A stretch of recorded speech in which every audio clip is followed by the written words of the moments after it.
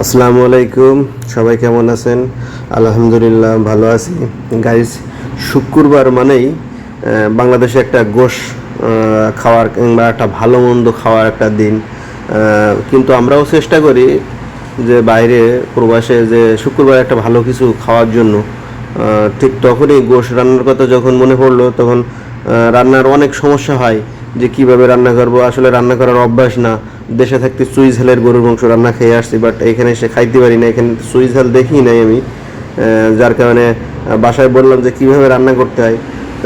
বলার সাথে সাথে দেখলাম যে তারা মনে হয় আজকে গোশ রান্না করতেছে, যার কারণে আমার রান্নার ভিডিওটা করে দিল।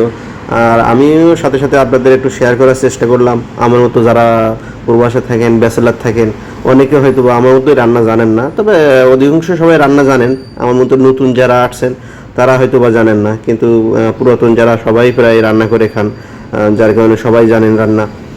তা আপনারা হয়তো বা আমার ভিডিওটা দেখলেই বুঝতে পারবেন যে কিভাবে গরুর মাংস রান্না করতেছে। আপনাদের যদি কারোর পছন্দ হয় যে এই সিস্টেমে রান্না করার, তাহলে অবশ্যই আপনারা ভিডিওটা দেখে শিখে নিতে পারেন রান্নাটা।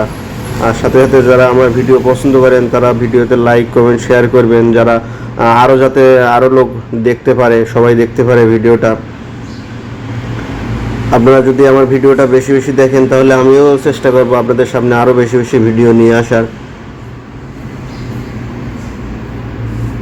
মাল মশলা সবগুলো দিয়ে গাইস এইভাবে ম্যারিনেট করে মনে হয় কিছুক্ষণ রাখবে, আমার যতটুকু ধারণা। যাই হোক, আমি দেখি যে আপনারাও দেখেন কিভাবে মাংসটা ম্যারিনেট করতেছে। এইভাবে করার পরে মেবি কিছুক্ষণ রাখতে হয় আমার যতটুকু ধারণা, রাখলে মাংসটা আরও বেশি সফট এবং সুন্দর হয়, টেস্টি হয়। দিয়ে ডিরেক্ট প্রেশার কুকারে দিয়ে দিয়েছে। গরুর মাংস তো একটু প্রেশার কুকারে দিলে দ্রুত সিদ্ধ হয়ে যায়।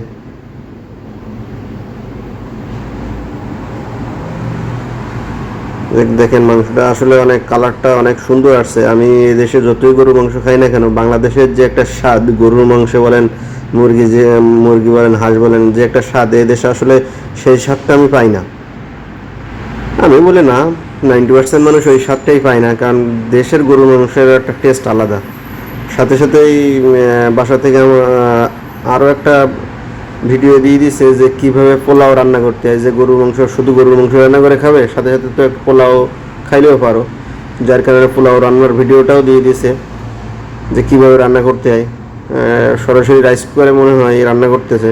যাক, সেই ভিডিওটা আপনাদের সাথে শেয়ার করতেছে।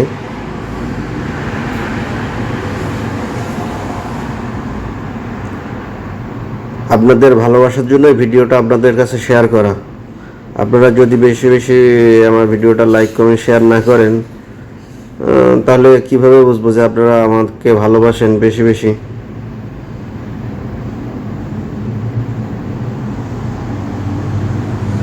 এক শর্টকাট রান্না ভিডিও দিয়ে দিয়েছে, আমিও আপনাদের সাথে সেইভাবে শেয়ার করলাম। দেখলাম আসলে অনেক সুন্দর হয়েছে। এখন আমি ট্রাই করব, এইভাবে ট্রাই করব। আপনাদের যাদের ভালো লাগবে তারাও এইভাবে ট্রাই করতে পারেন যে কেমন রান্না হয়। আপনারা এইভাবে ট্রাই করলে বুঝতে পারবেন। আমি তো অবশ্যই ট্রাই করবো এইভাবে। অনেক রান্না খালাস।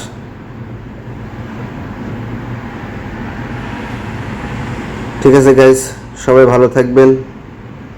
আপনারা বেশি বেশি ভিডিও শেয়ার করবেন, লাইক করবেন, কমেন্ট করবেন, তাহলে আমিও বেশি বেশি ভিডিও নিয়ে আসবো আপনাদের সামনে। ওকে, আল্লাহ হাফেজ।